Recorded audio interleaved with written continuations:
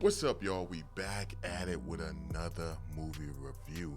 And after 14 years, Final Destination is back with its latest installment, Bloodlines. So this is going to be spoiler free. I'm not going to ruin it for you guys, for those who wants to go out and check it out.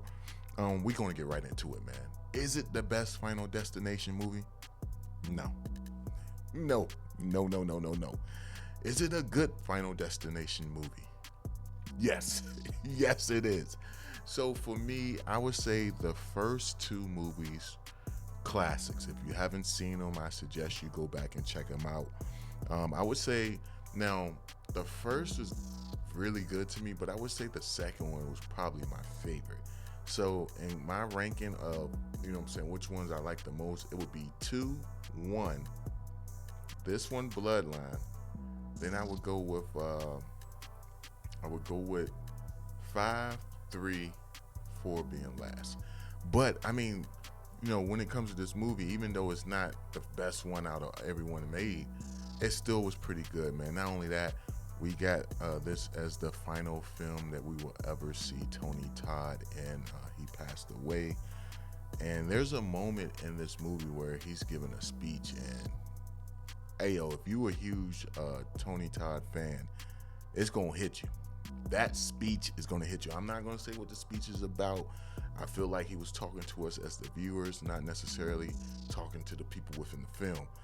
But I just feel like once you hear that speech, you're gonna be like, damn, that's crazy. That's crazy. So for me, that would probably be one of my favorite moments out of this movie. Are the kills great?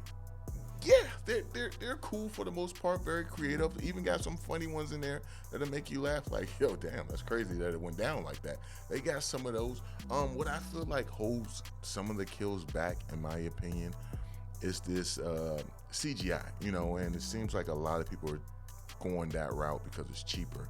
And, with the past Final Destination movies, we have had CGI in it, but they still kept, some practical kills in there. It was a little mix between both, you get a little bit of both. And this one, it felt like damn near every kill was CGI, like fake blood, just CGI all around, where it's like it kind of took away from the movie itself. Not saying it made it bad. I'm just saying I feel like it took away from it. Another gripe I would say about the movie is none of the cast for real was really really drew you to connect to them. In my opinion, that's just how I felt about the movie. Outside of Tony Todd, and I'm a big fan of the kid. What's his name? Eric Campbell. I liked him from the show 100. Ever since then, I was just a big fan of this guy. So, because he did a great job in that show. But other than those two characters, the rest of the cast kind of felt like you were just sitting there waiting to see what type of gruesome way they would be taken out. But I do like the whole concept of this film, how the grandmother, she cheated Death, and now Death's coming around to take out the whole bloodline because none of these people should exist. I like that whole concept. I think it's probably one of the most creative ways to have Death come after someone, as opposed to how it was in the other films. And there are at least two kill scenes in particular. When you see them, you're going to be like, damn, that's the kill of the movie. Like, you're going to be debating which one of them was the best kill. That's just pretty much all hands down. You're going to be debating it. So, overall, I'm going to give my rating for this movie. I give this a 6 out of 10. 6.5, 6 out of 10. Like I said, it's not the best Final Destination movie. Damn sure ain't the worst. Final Destination 4 got that hands down. What was they thinking? With that one?